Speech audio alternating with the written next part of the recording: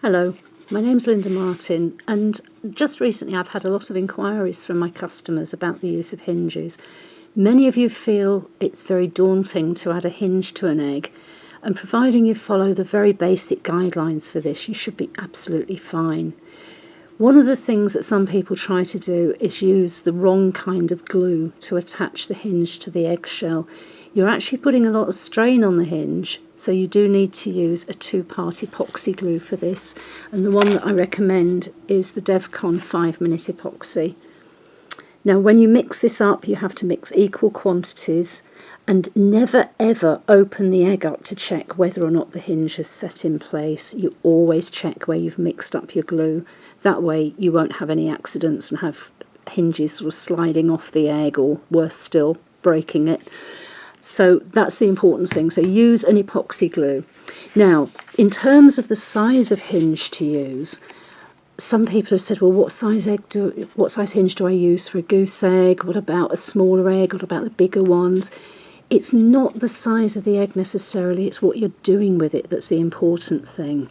So for example, if I was to use a goose egg which was cut in half, like this one, just show you the top of that quickly, and turn it around, and you'll see that the egg has got a smaller, slightly smaller hinge on than some. So I've actually used this one. There's a lot of the shell that's been removed, and as a consequence the weight on the top half of the egg is absolutely minimal. There isn't lots and lots of rhinestone or thick cording or anything heavy like filigrees on there, so the weight it's bearing is very light. That means I can actually use a slightly smaller hinge on there. Now if I were to use, for example, let's bring this one through. This is my dovecot, and on here I have 6 tiny little doors, and because that weight that hinge is bearing is so very minimal, I've gone for a much smaller hinge. So that would be, let's find my card again, this one. So the more weight that the hinge has to bear, the bigger the hinge you really need to use. Now with an ostrich egg, we would be using this one. And let me just explain how that would work. Because you actually need, let's just pull one out of my bag. With an ostrich egg, it's safer because of the weight that it's bearing. Let's move this over a sec. And here's my egg. And let's just mark in the hinge position here. Okay. Now, what I'm going to do, just open this hinge up, is place my hinge centrally. And if you want, you can take that line a bit higher so you know exactly where you're going. Place my hinge centrally on here, and then I would just point through with a pencil through each of these 3 holes on each side of the egg. Okay, so you've now got 3 little dots. And to make doubly certain that this hinge is going to stay put, because there's a lot of weight associated with the ostrich egg, and as well, by the time you've put all your decoration on, it could weigh a ton. So what I would do is I would drill through each of these little holes, and then I would pin through. So something like a little tiny tack, or one of the things I found useful is if you can get to a modelling shop, some of the little pins that they use for tacking down the decks on ships are absolutely ideal, little panel pins. And what you would do is you would roughen up the surface of the shell a little bit, because ostrich eggs are quite shiny, so there is a tendency for things not to stick terribly well to them. So roughen up the shell a little bit. Also, you can roughen up the back of the hinge, and you can use either, there is something called a carbide stick, which is basically a thick stick covered in tiny carbide particles, but you can also use something like an emery board just to scratch the surface of the hinge a little bit. And you can also do this on the shell.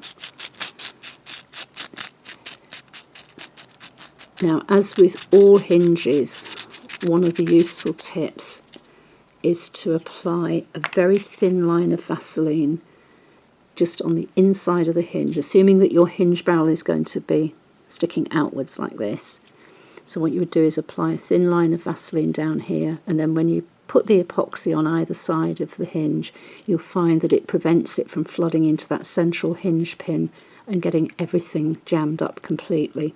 So once you've roughened the shell, you've got your hinge aligned with the holes, you've epoxied underneath there as well, you can then pin through and glue those pins into position, and that gives you the extra security with an ostrich egg. Okay, so that's the ostrich. Now, I mentioned the different sizes of hinges. Some of them are a bit fancy, like this little trefoil shaped one. The tiny ones you can use for something like a quail. If you feel that the hinge is too stiff to use, there is not an awful lot you can do about slackening it off. But what you could do, instead of using a hinge, if you're trying to hinge something fragile like a pigeon egg or a bobwhite quail or something on those lines, the very thin shells, you could actually replace the hinge with a strip of silk ribbon, and that will actually do the job as well. So let's have a look at how we can apply the hinge more easily. Now, I've got 2 halves of an egg here that I found earlier. Let's just remove this. This was part of a demo that I'd been doing when I did some work with Chanda a couple of years back, and I had to show the stages very, very rapidly. I never actually got around to finishing this egg. I had to demo paint finishes on one half and then the lining on the other half. So I've ended up with 2 halves of an egg and not a lot to do with it at the moment. So let's just pop that back in there. Now, it's always easier if you're lining a casket egg to actually do the lining, the painting first after you've cut it, line it and then do the hinging. You'll find it's much more manageable rather than hinging first and then trying to do the lining with 2 halves of the egg flopping everywhere. So what I would do with this, let's just remove my ostrich egg and bring my egg cosy forward. I just do with an extra pair of hands here. Let's get rid of the ostrich. That can stay there. And now I need my micropore tape. So this is known as pink tape or bandage tape, and it actually replaces Elastoplast if you're allergic to any sort of tape in hospitals. They tend to give you these. You can buy this stuff quite readily at the pharmacy. I tend to use one that's about 1 inch wide. Now, I'm going to very lightly tape together. I don't think this is actually from the same egg. It doesn't feel like it's quite a good enough fit on either side, but never mind. It demonstrates what we're going to do anyway. That's the main thing. Okay, so we've lightly taped our egg together. The hinge position is marked centrally at the back here. Now, when you're actually deciding on your hinge position, you really do need it on the exact centre girth line, otherwise your egg is going to open up slightly to one side. So what I've done with my hinge prior to applying the epoxy is I've taken some micropore tape and I've just put it either side of the hinge. That gives me something to hang on to while I apply the epoxy, and it makes it so much easier to do. You don't get it all over your fingers or anything.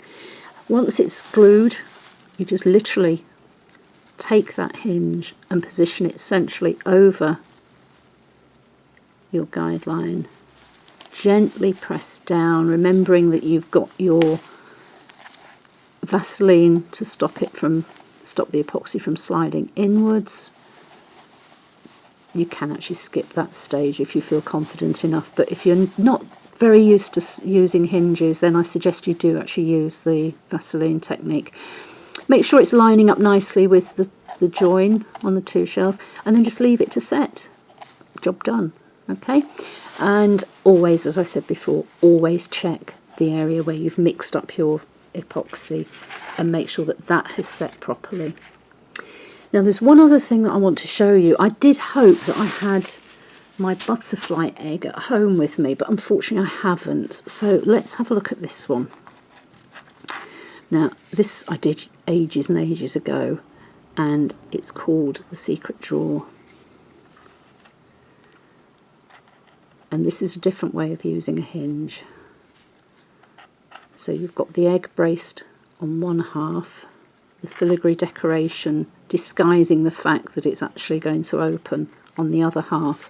And on the back, and this really needs to be finished off properly, but on the back you have what's known as a butterfly hinge. Now this is a hinge where the hinge pin has been extended. Now with something like this you do need to do this bit yourself. You can very carefully remove the hinge pin from your regular hinge and then replace it with a piece of brass rod, making sure that you've got obviously the right size, because you can't really prise the hinge apart once it's been constructed.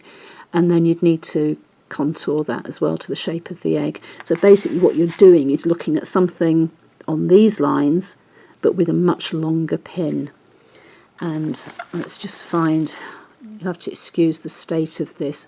I'll just show you quickly on this egg, which was done decades ago, just to demonstrate. And you can see the pocket of epoxy holding the ends of the pin in place, and also you've got your epoxy underneath the hinge, and it's positioned in this configuration so that you can actually, let's see if I can get that apart, there you go, just pivot that from side to side.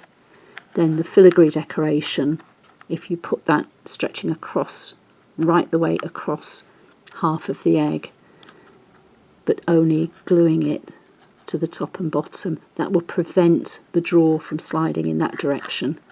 And then you can have it freely moving on this side with the decoration just glued to this side of the egg. So it's quite a different way of doing things. We call them butterfly hinges because quite often they're used to add a butterfly to the shell, where the wings of the butterfly will actually lift upwards and stand proud. So same technique, just extending that hinge pin, creating a pocket of epoxy which you can then disguise with all sorts of things, and you can work with it like that.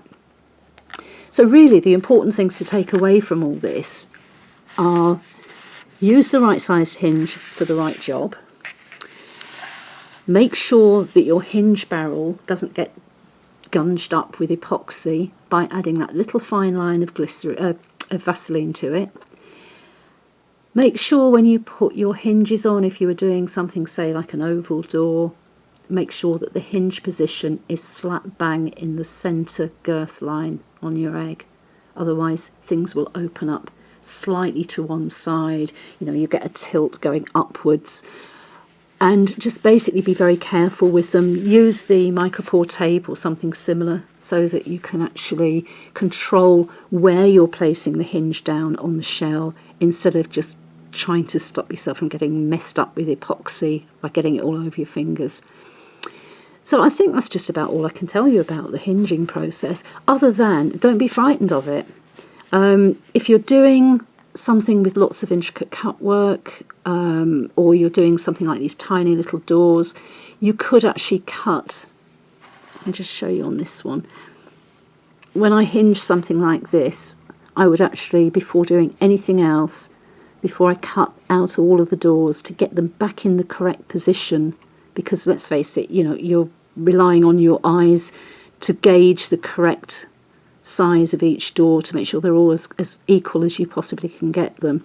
But what I would do is just cut along here, all the way along the baseline, and then I would apply my hinge, paint the egg, and then I can free off the rest of the door, so you know that that door is going to fit perfectly into that opening. So that's another little tip for you. Anyway, hopefully that's helped. Don't be frightened of hinges.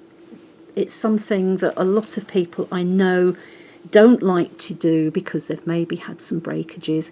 And if you do find that you've got epoxy in the hinge pin and it's stuck and you can't prise your egg apart, don't panic. Don't force it, because that's the worst thing that you can do.